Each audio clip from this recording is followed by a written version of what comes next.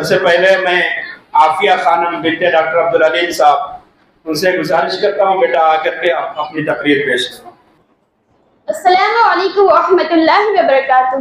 اعوذ باللہ من الشیطان الرجیم، بسم اللہ الرحمن الرحیم، الحمد للہ رب العالمین، والصلاة والسلام علی سید الانبیاء والمرسلین وعلی آلہ وصحبہ اجمعین، اما بعد۔ اسلام سے پہلے یعنی زمانے جاہلیت میں انسان بچیوں کو ذلیل و حقیر سمجھتا تھا۔ بیٹی کی پیدائش کے بجائے اس کی موت پر مبارکباد دیتے تھے۔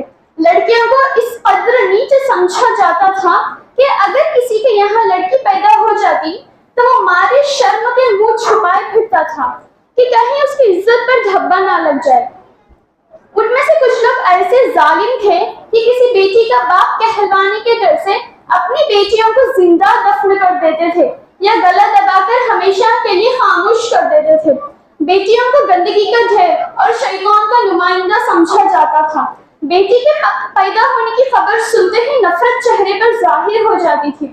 اللہ رب العزت نے ارشاد فرمایا، جب ان میں کسی کو بیٹی کے پیدا ہونے کی خوشخبری دی جاتی ہے تو اس کا چہرہ کالا پڑ جاتا ہے، لوگوں سے چہرہ چھپاتا پھرتا ہے کہ اس بری خبر کے بعد کسی کو کیا نہ دکھائے، سوچتا ہے ذلت کے ساتھ بیٹی کو لیے رکھے یا مٹی میں دبا دے۔ یہ تو زمانے جاہلیت کا حال تھا۔ اب آئیے اس زمانے کے لوگوں پر بھی نظر ڈالتے ہیں کہ ان کی نظر میں بیٹی کا کیا مقام ہے۔ جو اپنے آپ کو مسلمان کہتے ہیں، سچا عاشق رسول ہونے کا دعویٰ کرتے ہیں، سرکار دو عالم صلی اللہ علیہ وسلم کی محبت میں جان عزیز کا نذرانہ پیش کرنے کے لیے ہر وقت تیار رہتے ہیں، لیکن جب ان کے دلوں کو ٹٹول کر دیکھو تو پتہ چلتا ہے کہ زمانے جاہلیت کے لوگوں کی طرح یہ بھی بیٹی کے پیدائش پر خوش نہیں ہوتے بلکہ غمگین و رنجیدہ ہوتے ہیں، اپنی یہ شرم اور ذلت کی بات سمجھتے تھے۔ کچھ لوگوں کو دیکھا گیا ہے کہ مبارکباد دینے کے بجائے آنسو بہا بہا کر افسوس کا اظہار کرتے ہیں، اور کچھ ذلیل و گھٹیا انسان یہ بھی کہنے سے نہیں ہچکچاتے ہیں کہ اگر اس مرتبہ بیٹا نہیں ہوا تو بیوی کو طلاق دے دوں گا۔ ایسے نامردوں کے لیے قرآن کہتا ہے کچھ لوگوں کو اللہ صرف بیٹے دیتا ہے، کچھ لوگوں کے مقدر میں بیٹیاں ہی بیٹیاں ہوتی ہے، کچھ لوگوں کو اللہ تعالیٰ بیٹے اور بیٹیاں دونوں سے نوازتا ہے، اور کچھ لوگوں کی جھولی میں کچھ نہیں ڈالتا، انہیں بانجھ کر دیتا ہے۔ یہ لوگ بیٹی کو رحمت کے بجائے زحمت سمجھتے ہیں، بیٹی کو ہر معاملے میں کمتر سمجھتے ہیں۔ پڑھائی کے بارے میں کہا جاتا ہے تو یہ لوگ کہتے ہیں انہیں پڑھ لکھ کر کیا ہی کرنا ہے، آخر میں گھر کے کام کاج ہی تو کریں گی، اس لیے ان کے لیے تعلیم کے دروازے بند کر دو۔ یاد رکھو بزرگوں کا قول ہے، مرد پڑھا فرد پڑھا، عورت پڑھی خاندان پڑھا۔ اچھا لباس، اچھی غذا اور دیگر ضروریات زندگی میں بھی لڑکیوں کے بجائے لڑکوں کو ترجیح دی جاتی ہے۔ افسوس سب افسوس، آج کے مسلمان زمانے جاہلیت کے لوگوں کی طرح بیٹی پر ظلم کرتے ہیں۔